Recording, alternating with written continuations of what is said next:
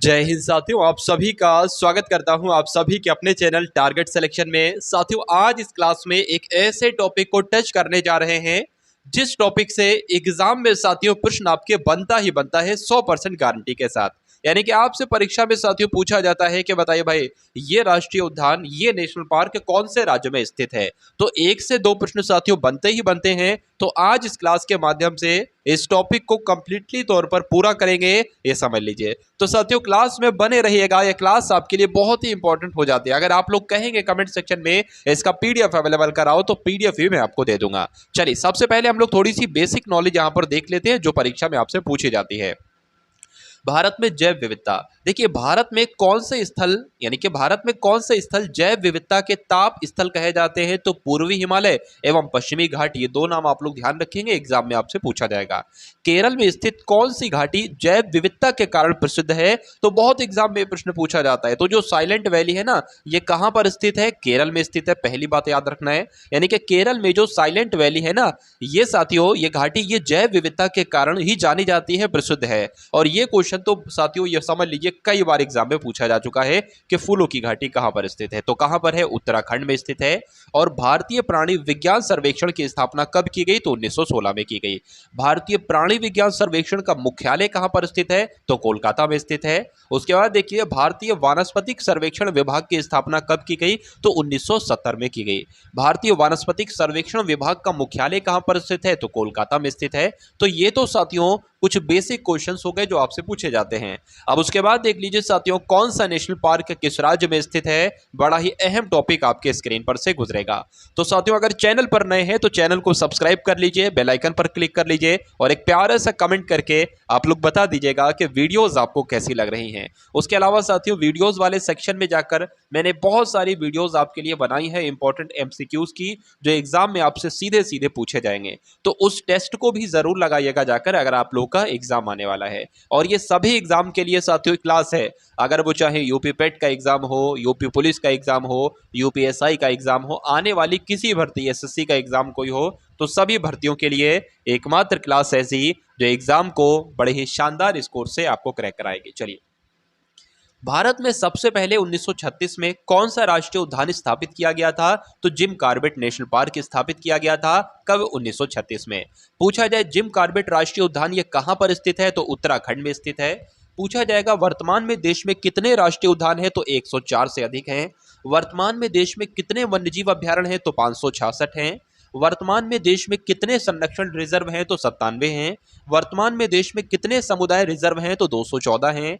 किस राज्य या किस केंद्र शासित प्रदेश में सबसे अधिक राष्ट्रीय उद्यान है, यानी कि नेशनल पार्क सबसे ज्यादा कहां पर हैं? तो मध्य प्रदेश में है साथियों। और कितने नेशनल पार्क हैं? 11 नेशनल पार्क हैं। उसके बाद देखिए, किस केंद्र शासित प्रदेश में सबसे ज्यादा वन्यजीव अभ्यारण्य है? तो अंडमान निकोबार द्वीप समूह में। और कितने हैं? तो 96 हैं। पूछा जाएगा कौन सा अभ्यारण्य जंगली हाथियों के लिए प्रसिद्ध है? तो जो पेरियार अभ्यारण्य है, ये जंगली हाथियों के लिए प्रसिद्ध है। उत्तराखंड का राजाजी राष्ट्रीय पार्क किस जानवर का प्राकृतिक आवास है? तो जंगली हाथी का है। दूसरी बात आप लोग ध्यान रखेंगे कि राजाजी राष्ट्रीय पार्क कहां पर स्थित है? तो उत्तराखंड में। यहां पर साथियों जंगली हाथी रहते हैं। कर्नाटक में किस स्थान पर भारत का प्रथम तितली उद्यान बनाया गया है? तो बेंगलुरु के बन्नरघट्टा जैविक उद्यान में। एग्जाम में पूछा जा सकता है कि बन्नरघट्टा जैविक उद्यान कहां पर स्थित है? तो बेंगलुरु में है। किस अभ्यारण्य में सबसे ज्यादा भारतीय गैंडे पाए जाते हैं? तो काजीरंगा अभ्यारण्य में। एक सींग वाला गैंडा कहां पर पाया जाता है? तो असम और पश्चिम बंगाल में। भारत का सबसे बड़ा राष्ट्रीय उद्यान कौन सा है साथियों? तो ये 3350 वर्ग किलोमीटर में फैला हुआ है। इसका नाम है हेमिस नेशनल पार्क, या हिमिस नेशनल पार्क भी इसको कहते हैं। पूछा जाएगा कि हिमिस राष्ट्रीय उद्यान कहां पर स्थित है? तो लेह में है। पूछा जाएगा दाचीग्राम वन्यजीव अभ्यारण्य कहां पर स्थित है? तो जम्मू कश्मीर में है। पूछा जाएगा पलामू अभ्यारण्य कहां पर स्थित है? तो झारखंड में है। और दालमा वन्यजीव अभ्यारण्य कहां पर स्थित है? तो झारखंड में है। हजारी वन्यजीव, यानी कि हजारीबाग वन्यजीव अभ्यारण्य कहां पर है? तो झारखंड में। और कैमूर वन्यजीव अभ्यारण्य कहां पर है? तो बिहार में है। पेंच राष्ट्रीय उद्यान कहां पर स्थित है? तो महाराष्ट्र में। तंसा अभ्यारण्य कहां पर स्थित है? तो महाराष्ट्र में। और बोरीवली राष्ट्रीय उद्यान कहां पर स्थित है? तो महाराष्ट्र में। यानी कि ये तीनों साथियों, अभ्यारण्य की बात करें या राष्ट्रीय उद्यान की बात करें, या सभी के सभी महाराष्ट्र में स्थित हैं। एक नजर में आपको याद रखना है। उसके बाद देखिए, गिर राष्ट्रीय उद्यान कहां पर स्थित है? तो गुजरात में। नल सरोवर अभ्यारण्य कहां पर स्थित है? तो गुजरात में। दुधवा राष्ट्रीय उद्यान कहाँ पर स्थित है? तो उत्तर प्रदेश में। और चंद्रप्रभा अभ्यारण्य कहाँ पर स्थित है? ये भी उत्तर प्रदेश में है। और बांदीपुर राष्ट्रीय उद्यान कहाँ पर है? तो कर्नाटक में है। और भद्रा अभ्यारण्य कहाँ पर स्थित है? तो ये भी कर्नाटक में है। पूछा जाएगा सोमेश्वर अभ्यारण्य कहाँ पर स्थित है? तो कर्नाटक में। तुंगभद्रा अभ्यारण्य कहाँ पर स्थित है? तो कर्नाटक में। और पाखल वन्यजीव अभ्यारण्य पूछा जाए तो आंध्र प्रदेश में स्थित है। साथियों, ये ऐसे क्वेश्चंस हैं कि जो एग्जाम में पूछे जाते हैं और बच्चे की तैयारी होती नहीं है इस टॉपिक की, इसलिए वो इस एक क्वेश्चन को छोड़कर चला जाता है। और आपको पता है कि एक क्वेश्चन से सिलेक्शन रुक जाता है और एक क्वेश्चन से सिलेक्शन हो जाता है बड़े आराम से। यानी कि ये समझ लीजिए, अगर आप परीक्षा में एक क्वेश्चन और लोगों से ज्यादा कर लेंगे तो और लोगों से आप 10-10 हजार लोगों को पछाड़ दोगे। ऐसा देखा जा चुका है साथियों, पूरी रिसर्च के अकॉर्डिंग मैं आपको बता रहा हूं। यानी कि एक क्वेश्चन करने पर कभी कभी तो साथियों ये समझ लीजिए कि 20-20, 30-30 हजार लोगों को भी पछाड़ दिया जाता है सिर्फ एक क्वेश्चन। तो एक क्वेश्चन की कीमत आप लोग समझ गए होंगे कितनी होती है। उसके बाद देखिए, काबला वन्यजीव अभ्यारण्य ये कहाँ पर स्थित है? तो आंध्र प्रदेश में। मानस राष्ट्रीय उद्यान कहाँ पर स्थित है? तो असम में। और काजीरंगा राष्ट्रीय उद्यान कहाँ पर स्थित है? तो असम में। घाना पक्षी विहार कहाँ पर है? तो राजस्थान में। रणथंभौर अभ्यारण्य कहाँ पर स्थित है? तो राजस्थान में। और कुंभलगढ़ अभ्यारण्य कहाँ पर स्थित है? तो राजस्थान में। अबोहर अभ्यारण्य कहाँ पर स्थित है? तो पंजाब में। चिल्का अभ्यारण्य कहाँ पर स्थित है? तो ओडिशा में। और सिमलीपाल अभ्यारण्य कहाँ पर स्थित है? तो ओडिशा में। और वेदांतकल अभ्यारण्य अगर आपसे पूछा जाए तो कहाँ पर स्थित है साथियों? तमिलनाडु में स्थित है। उसके बाद देखिए, नेक्स्ट नंबर के प्रश्न आपकी स्क्रीन पर है। चलिए, तो साथियों यहाँ पर ये समझ लीजिएगा, यूपी पेट के एग्जाम के लिए बहुत सारे मैं मॉक टेस्ट करवा चुका हूँ। आप लोग जब चैनल में जाएंगे, जहाँ पर लिखा हुआ है टारगेट सिलेक्शन, उसको क्लिक करेंगे, उसके बराबर में एक वीडियोस वाला सेक्शन होगा, वहां पर आप जाएंगे ना, तो यूपी पेट के लिए मैंने कुछ मॉक टेस्ट, कुछ प्रैक्टिस सेट बनाकर रखे हैं वीडियोस के रूप में। तो एक एक बार साथियों डबल स्पीड करके उनको एक बार जरूर लगाएंगे। वो 30 क्वेश्चन के भी एक मॉक टेस्ट है, 50 क्वेश्चन का भी मॉक टेस्ट है। तो फटाफट वहां पर जाकर लगाएंगे, ऑल क्वेश्चंस का रिवीजन करेंगे, जिससे सामान्य ज्ञान आपकी बेस्ट हो सके और एग्जाम हॉल में आपको कोई दिक्कत ना महसूस हो। तो फटाफट साथियों चैनल को तो सब्सक्राइब करेंगे और उन वीडियोस को भी जाकर अवश्य देखेंगे। चलिए, तो इंदिरा गांधी अभ्यारण्य ये कहाँ पर स्थित है? तमिलनाडु में। मुदुमलाई अभ्यारण्य कहाँ पर है? तो तमिलनाडु में। और डाम्फा अभ्यारण्य कहाँ पर स्थित है? तो मिजोरम में। पेरियार अभ्यारण्य कहाँ पर स्थित है? तो केरल में। पारम्बिलुकम अभ्यारण्य कहाँ पर स्थित है? तो केरल में। और कान्हा किसली राष्ट्रीय उद्यान कहाँ पर स्थित है? तो मध्य प्रदेश में। उसके बाद अगर बात करें, पंचमढ़ी अभ्यारण्य कहाँ पर स्थित है? तो मध्य प्रदेश में। दक्षिण ग्राम राष्ट्रीय उद्यान कहाँ पर स्थित है? यह भी हमने देखा था, तो जम्मू कश्मीर में। किश्तवाड़ राष्ट्रीय उद्यान की बात करें तो यह भी जम्मू कश्मीर में है।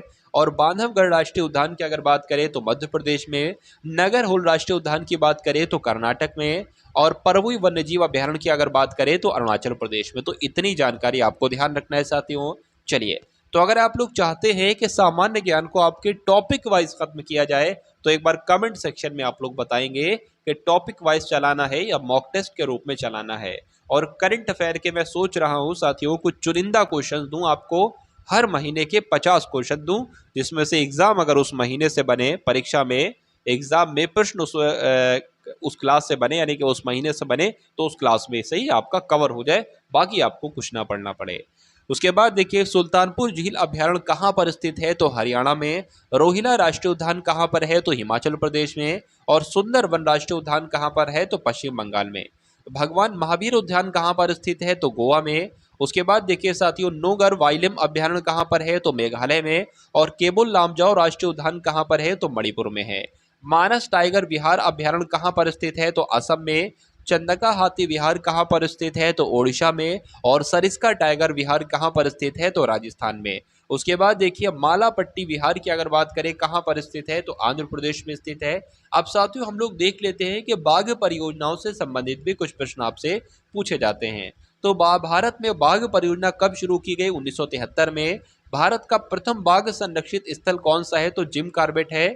जिम कॉर्बेट नेशनल पार्क का पुराना नाम क्या था? तो हेली नेशनल पार्क था। हेली नेशनल पार्क कब स्थापित किया गया? तो 1931 में। सबसे अधिक बाघ संरक्षित स्थल किस राज्य में है? तो मध्य प्रदेश में।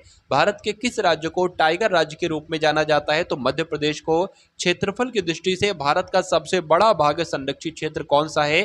तो नागार्जुन सागर है। तो ये साथियों आप लोगों ने देखे कि यहाँ पर कुछ इंपॉर्टेंट क्वेश्चंस आपको कराए गए जो राष्ट्रीय उद्यान से संबंधित है। मैं पूरी उम्मीद करता हूं कि क्लास को आपने पसंद किया होगा। अगर पसंद किया है तो क्लास को एक बार लाइक करके क्लास को शेयर कीजिएगा और चैनल पर नए थे तो चैनल को अवश्य सब्सक्राइब कीजिएगा। तो मिलते हैं हम सभी लोग आने वाली वीडियो में। जय हिंद साथियों।